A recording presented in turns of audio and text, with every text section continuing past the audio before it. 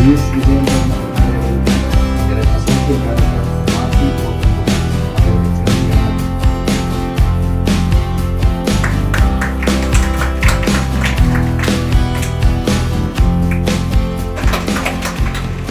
ജയൻജിയെ ഞാനും കണ്ടിട്ട് കുറേ കാലമായി. പണ്ട് സീരിയലിൽ വളരെ സജീവമായിരുന്ന സമയത്ത് സ്ഥിരം ഈ തട്ടുകടയിൽ രാത്രി കാണുന്ന ഒരു മോഹമായിരുന്നു.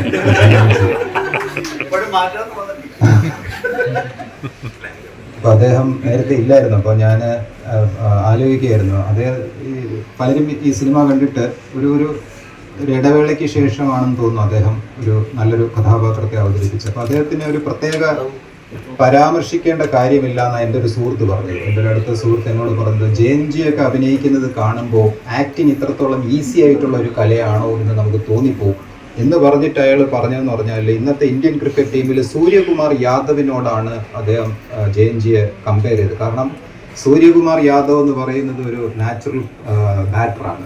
ഈ 360 ഡിഗ്രി എന്നാണ് അദ്ദേഹത്തെ അറിയപ്പെടുന്നത്. ക്രിക്കറ്റ് പരിചയമുള്ളവർക്കറിയാം. ഗ്രൗണ്ടിൻ്റെ എല്ലാ ആംഗിളിലും അദ്ദേഹം ഷോട്ട്സ് പായിക്കാൻ കഴിവുള്ള ബാറ്ററാണ്. എന്ന് പറയുന്നത് പോലെ സൂര്യകുമാർ ബാറ്റ് ചെയ്യുമ്പം ബാറ്റിംഗ് ഇത്ര ഈസിയാണെന്ന് നമുക്ക് തോന്നും. ഫിഷ് കൊണ്ടുവരുമ്പോൾ ഫിഷ് തരത്തില്ലായിരുന്നു. കാരണം ഞാൻ പൂർണ്ണിട്ട ആളാന്ന് വിചാരിച്ചു. അത് കഴിഞ്ഞ് ഞാൻ വിചാരിച്ചു നമ്മൾ കൊച്ചു പയ്യനായതുകൊണ്ട് ചിലപ്പോൾ നമുക്ക് തരാത്തതായിരിക്കും, വലിയ വലിയ ആൾക്കാർക്കേ കൊടുക്കത്തുള്ളൂ. പിന്നെ അവസാനം ഞാൻ ചോദിച്ചു തുടങ്ങി, എന്താ എനിക്ക് തരാത്ത? അല്ല കഴിക്കുമോ? ഞാൻ പറഞ്ഞു എന്താ കഴിച്ചു? അല്ല ഇതല്ലേ നമ്പൂതിരിയല്ലേ? അല്ല, ഒരു പെരുന്നക്കാരനാണ്, നായരാ. അപ്പം ഇന്ന് പറഞ്ഞ ഒരു സംഭവത്തിൽ നിന്ന് മാറി അയ്യോപാവം വേഷങ്ങളിൽ നിന്നൊക്കെ മാറി വന്ന് ഇതുപോലെ ഞാൻ ഗണേഷ് കുമാറുമായിട്ട് സംസാരിച്ച് അദ്ദേഹത്തിൻ്റെ അടുത്തൊരു പടം ചെയ്യാൻ വേണ്ടി കുറച്ച് പേര് കഥ പറയാൻ വേണ്ടി വന്നിരിക്കുക. അപ്പം ഞാനിരുന്നു. ഇവരിറങ്ങി ഒരു 2 മിനിറ്റ് കഴിഞ്ഞപ്പോൾ എനിക്കൊരു കോള് വരുന്നു. ഞാനിങ്ങനെ അനിൽ കഴക്കൂട്ടമാണ്, ഞങ്ങളൊരു പടം ചെയ്യണമെന്ന് വെച്ചാൽ. അപ്പം ഞാൻ ഇത് കട്ട് ഞാൻ പറഞ്ഞ ശരി, ഞാൻ ട്രോണ്ടത്തുണ്ട്, ഞാൻ ഒരു 2 മണിക്കൂർ കഴിയുമ്പോൾ ടൗണിൽ വരും, ഞാനിപ്പോൾ തുമ്പയിലാണെന്ന് പറഞ്ഞു. ഞാൻ ഗണേശനോട് പറഞ്ഞു, ചേട്ടാ എന്നെ ഒരു പടത്തിന് ഇപ്പോൾ വിളിച്ചല്ലോ. അത് ഇവിടുന്ന് ഇറങ്ങിപ്പോയവന്മാർ കളിപ്പിക്കാൻ വേണ്ടി വിളിച്ചായിരിക്കുന്നു ഓർമ്മയുണ്ടോ? അപ്പം അതേ സംഭവം ഇന്ന് 27 ദിവസം തികച്ച് ഒരു സുദിനം. ഒരു ചെറിയ ചിത്രത്തിൻ്റെ വലിയ വിജയം എന്നാണ് ഞാനിതിനെ പറയുക. ഇതിൻ്റെ സംവിധായകനായ രമേശിനെ എത്രയോ വർഷങ്ങളായിട്ട് എനിക്കറിയാം. 10-30 വർഷത്തിന് മുമ്പോട്ട് എനിക്കറിയാം. അദ്ദേഹം നമ്മുടെ ക്ഷേത്രത്തിലൊരു പൂജാരിയായിരുന്നു. ആ പൂജാരിയായിരുന്ന കാലം മുതൽ അദ്ദേഹത്തെ എനിക്കറിയാം. അത് കഴിഞ്ഞ് അവിടുന്ന് മാറി ദേവസ്വം ബോർഡിലെ സ്റ്റാഫായി. പക്ഷേ അന്നൊന്നും രമേശിന് ചെറിയ അഭിനയ താല്പര്യമൊക്കെ കാലത്തുണ്ടായിരുന്നു. ഒരു സംവിധായകനായി മാറുന്നു, ഒരു തിരക്കഥാകൃത്തായി മാറുന്നു, അതിലൊക്കെ ഉപരിയായി ഒരു ഗാനരചയിതായി മാറുമെന്നൊന്നും ഞാൻ പ്രതീക്ഷിച്ചില്ല ഒരിക്കലും. പക്ഷെ അതെനിക്ക് വളരെ എന്താ പറയുക, അപ്രതീക്ഷിതമായിട്ടാണ് രമേശ് ഒരു ദിവസം വിളിക്കുന്നു, എനിക്ക് സാറിനെ അത്യാവശ്യം ഒന്ന് കാണണമെന്ന് പറയുന്നു. അപ്പോൾ ഞാൻ എറണാകുളത്തായിരുന്നു. ഞാൻ എന്താ രമേശ് ഫോണിൽ പറഞ്ഞാൽ പറയല്ലേ, ഞാൻ നേരിട്ട് വരുമെന്ന് പറഞ്ഞു. അങ്ങനെ എറണാകുളത്ത് രമേശ് വന്ന് എന്നെ കാണുന്നു. അപ്പോഴും എനിക്കറിയില്ല രമേശ് എന്താണ് ഉദ്ദേശിക്കുന്നതെന്ന്. അവിടെ വന്നപ്പോഴാണ് പറയുന്നത്, ഞാനൊരു സിനിമ ചെയ്യാൻ പോവാണ്, അത് ഞാൻ സംവിധാനം ചെയ്യാണ്, ഞാൻ തന്നെയാണ് തിരക്കഥ എഴുതുന്നത്. അപ്പോൾ അതിൻ്റെ കുറേ സീനും കൊണ്ടാണ് വരുന്നത് രമേശ്. അപ്പോൾ ആവശ്യം എന്താണെന്ന് വെച്ചാൽ അതൊരു വേഷം ഞാൻ ചെയ്യണം. അപ്പോൾ ഞാൻ ചോദിച്ചു, എന്താണ് വേഷം ഞാൻ ചെയ്യേണ്ടത്? അപ്പോൾ എനിക്കൊരു പുള്ളുവൻ്റെ ഒരു വേഷമാണ്, നായികയുടെ അച്ഛൻ. അമ്മ അതൊക്കെ ഞാൻ ചെയ്താൽ ശരിയാവോ? പുള്ളുവനായിട്ടൊക്കെ എൻ്റെ ഒരു ബോഡി ലാംഗ്വേജിനൊക്കെ പുള്ളുവൻ്റെ വേഷമൊക്കെ ശരിയാവുമോ? അപ്പോൾ രമേശ് ഇല്ല, അത് സാറ് തന്നെ ചെയ്യണം, എനിക്ക് മസ്റ്റാണ്, നിർബന്ധമാണ്, സാറിൻ്റെ ഡേറ്റ് അനുസരിച്ച് പറഞ്ഞു പോകണമെന്ന്. ഞാൻ പറഞ്ഞു അങ്ങനെയല്ല. അങ്ങനെ പറഞ്ഞൊരു ദിവസമൊക്കെ ഫിക്സ് ചെയ്ത് എന്തായാലും അങ്ങനൊരു വേഷം, അതായത് എന്നെ സംബന്ധിച്ചോളം ഞാൻ പല സിനിമകളിലും വേഷം ചെയ്തിട്ടുണ്ട്. എൻ്റെ സിനിമകളിലും അല്ലെങ്കിൽ എൻ്റെ സുഹൃത്തുക്കളുടെ സിനിമകളിലും അല്ലാതെ സിനിമകളിലൊക്കെ വേഷം ചെയ്തിട്ടുണ്ട്. പക്ഷെ ഞാൻ ചെയ്ത വേഷങ്ങളിൽ നിന്നും വളരെ വ്യത്യസ്തമായൊരു വേഷമായിരുന്നു മായമേലെ കൊള്ളുവാൻ. ബാലേന്ദ്രമേനോൻ സാറിൻ്റെ കൂടെ അസോസിയേറ്റ് വർക്ക് ചെയ്യാം. ആ സമയത്ത് ചെറിയ വേഷങ്ങളൊക്കെ അഭിനയിക്കും. അപ്പോൾ അന്നും നമുക്കറിയാം, കാരണം നല്ല നടനാണ് അദ്ദേഹം, അല്ലെങ്കിൽ അങ്ങനെ അഭിനയിക്കാൻ പറ്റില്ല. അപ്പോൾ അദ്ദേഹം പിന്നെ ഡയറക്ഷനിൽ ഊന്നി അങ്ങ് പോയി. ഇപ്പോൾ നോക്കുമ്പോൾ ഒരുവിധമുള്ള ഡയറക്ടർമാർ മുഴുവൻ അഭിനയിക്കുന്നുണ്ട്. അഭിനയത്തോടുള്ള ഒരു അടക്കാനാവാത്ത ഒരു അഭിനിവേശം കൊണ്ടാണോ പടമില്ലാത്തതുകൊണ്ടാണോ എന്ന് എനിക്കറിയില്ല. എന്തായാലും അതൊരു വരുമാന മാർഗമുള്ള കാര്യമാണെന്ന് എല്ലാവർക്കും മനസ്സിലായിട്ടുണ്ട്. ശരിക്കും ഭയങ്കര സന്തോഷം തോന്നി. കാരണം ഞങ്ങളുടെയൊക്കെ സിനിമകൾ അന്നത്തെ കാലത്ത് 50 ദിവസം 60 ദിവസം ഓടിയാൽ ഒരു പടമായിട്ട് എല്ലാവരും അംഗീകരിക്കുകയുള്ളൂ. ഇപ്പൊ 4 ദിവസം ഓടിക്കഴിഞ്ഞാൽ 100 കോടി ക്ലബിൽ കയറുന്ന വാർത്ത ഒരു മാസം മുമ്പേ വരെ ഉണ്ടായിരുന്നു. ഇപ്പൊ അതില്ല. അപ്പൊ 27 ചെയ്ത പടത്തിന്റെ നിർമ്മാതാവിനെ ഒന്ന് പരിചയപ്പെടാമെന്ന് ഞാനും വിചാരിച്ചു. കുറെ കോടികൾ കൈ കാണും. അപ്പൊ ഞാൻ പറഞ്ഞു എന്തായാലും വരും എന്ന് പറഞ്ഞു. അപ്പോൾ അത് എനിക്ക് ഏറ്റവും സന്തോഷം തോന്നിയത് ഇതിന്റെ സംവിധായകൻ രമേശ്, ഞാൻ മഞ്ജുരാണ്, ലക്ഷ്മിയുടെ ഇരിപ്പുണ്ട് ഗായിക. അപ്പോൾ ലക്ഷ്മിയെ കുറിച്ച് പറയുകയാണെങ്കിൽ ലക്ഷ്മി ഡാൻസ് പഠിക്കാൻ വന്നിട്ട് അമ്മ വിളിക്കാൻ വരുന്നവർ ഞങ്ങൾ അവിടെ ഇരുന്നിട്ട് അന്താക്ഷരി കളിപ്പായിരുന്നു ജോലി കൊച്ചിലെ. അപ്പോൾ രമേശ് ഋഷിമംഗല അമ്പലത്തിലാണ്, ഞാൻ തൊട്ടപ്പുറത്ത് താമസിക്കുന്നു. ഓരോ പടം വരുമ്പോഴും ഞാൻ ചെന്നിട്ട് വിനു കിരിയത്തും മകയിലും രമേശിൻ്റെ കൊടുക്കും. 44 പടം എന്തായാലും എഴുതാൻ പറ്റിയ രമേശിൻ്റെ ഒരു പ്രാർത്ഥന നന്നായിരുന്നു കേട്ടോ. രമേശും ഇനി അതുപോലെ വേറെ അമ്പലങ്ങളിൽ പോയി വേറെ പോറ്റിമാർക്ക് കൊടുക്കേണ്ട സമയം വരും ഈ പടത്തിനെ കുറിച്ച് കേട്ടിട്ട്. എന്തായാലും ഇതിൽ പങ്കെടുത്ത എല്ലാവർക്കും, ഒപ്പം ഈ പറഞ്ഞ പോലെ നിർമ്മാതാവില്ലെങ്കിൽ സിനിമ ചെയ്യാൻ വളരെ പാടാണ്. ഞാനും അറിയാലോ, മാട്ടുപ്പെട്ടി മച്ചാൻ എന്ന സിനിമ കലാഭവൻ മണിയെ മൈഡിയർ കരടി ആദ്യം നായകനാക്കും ഞാൻ നിർമ്മിച്ച പടങ്ങളാണ്.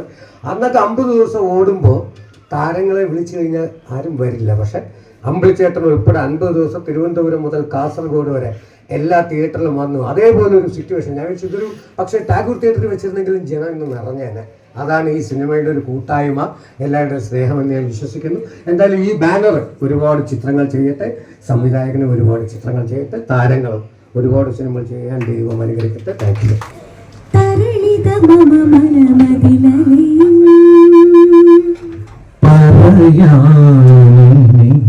എഴുതാമതോ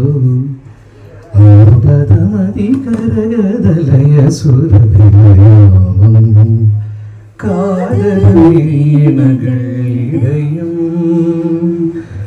തരളിതമനമതിലലിയും പട്ടിനനുഗ്രഹം തന്നിടണേ. പത്മമിട്ടു കളമൊരുക്കി ഞങ്ങൾ പീഠം വിരിച്ചതിലാവാഹിക്കാം. മൂർത്തിതൻ പൂജയും ബലിദാന കർമ്മവും നൈവേദ്യവും തന്നുദ്വസിക്കാം. തിരുവാദ്യങ്ങൾ താളം പിടിക്കുവാൻ കുരുത്തോല പന്തലിൽ എത്തി നിൽക്കേ. മനതാരിൽ കണ്ടു ഞാൻ ചൊല്ലി വിളിച്ചിടാം നാഗത്താന്മാരെ അനുഗ്രഹിക്ക്. മായമ്മ എന്ന് പറയുന്നത് എല്ലാവർക്കും ഒരു ബെഞ്ച് മാർക്ക് ആകുന്ന പോലെ എനിക്കും ഒരു നല്ല തുടക്കമാകണേന്ന് ഞാൻ സർവേശ്വരനോട് പ്രാർത്ഥിക്കുകയാണ്.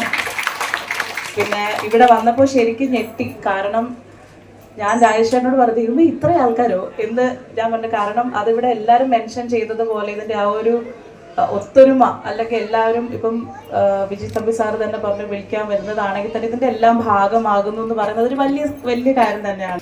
എൻ്റെ സ്നേഹവസണമായൊരു നിർബന്ധത്തിന് വഴങ്ങി ഇന്നത്തെ ഈ ചടങ്ങിലേക്ക് വേണ്ടി മാത്രം ആയിട്ടാണ് തമ്പി സാറ് രാവിലെ ഇങ്ങോട്ട് എത്തിയത്. അതിന് തീരാത്ത നന്ദി കടപ്പാടൊക്കെ സാറിനോടുണ്ട്.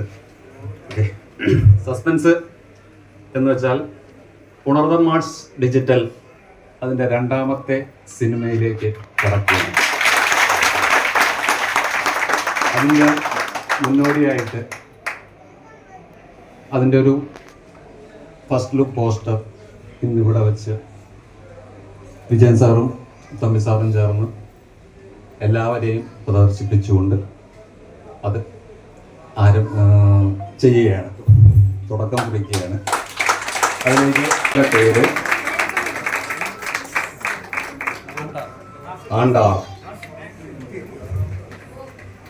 ഒരു തമിഴ് ചൊവ്വ ഉള്ള പേരാണ്.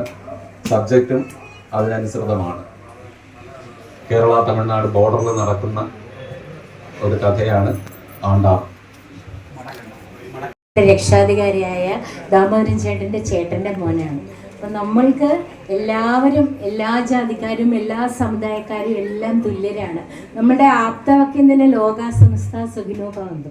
എന്നാലും നമ്മളുടെ കൂട്ടത്തിൽ, നമ്മുടെ ഒരു കുടുംബത്തിലെ ഒരു കുട്ടി ഒരു അതുല്യ കലാകാരനാവുന്നത് നമ്മൾക്ക് അങ്ങേയറ്റം സന്തോഷമാണ്. നമ്മൾ എല്ലാ സിനിമ കാണും, അടിപൊളി സിനിമ കാണും. ഞാൻ തന്നെ പോയി കലക്കി കണ്ടു. പക്ഷേ ഈ സിനിമ എന്ന് പറഞ്ഞാൽ വളരെയേറെ മനസ്സിനെ ഒരുമാതിരി സങ്കടപ്പെടുത്തി ആകർഷിച്ചു. നല്ല നല്ല മനോഹരമായ പശ്ചാത്തലത്തിൽ വളരെ ഭംഗിയുള്ള ഒരു അന്തരീക്ഷത്തിൽ ഒരു കൊച്ചുകുട്ടി അത് അഭിമുഖീകരിക്കേണ്ടി വരുന്ന ഒരു സങ്കടമായ അവസ്ഥ എത്ര പറഞ്ഞാലും ആ കുട്ടി ആദ്യമായിട്ടാണ് ഞാൻ കാണുന്നത്. പണ്ട് പാടാത്ത പൈങ്കിളി എന്നൊരു സീരിയലിൽ ഒരു വേഷം ചെയ്ത് കണ്ടിട്ടുണ്ട്.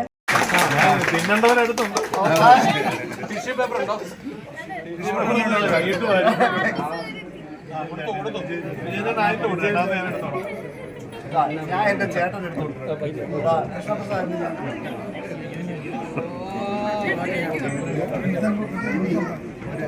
ഈ മുടിക്കുന്നൊക്കെ ആദ്യം കൊച്ചു കുട്ടികൾക്ക് കൊടുക്കും, കൊച്ചു കുട്ടികൾക്ക് കൊടുക്കും.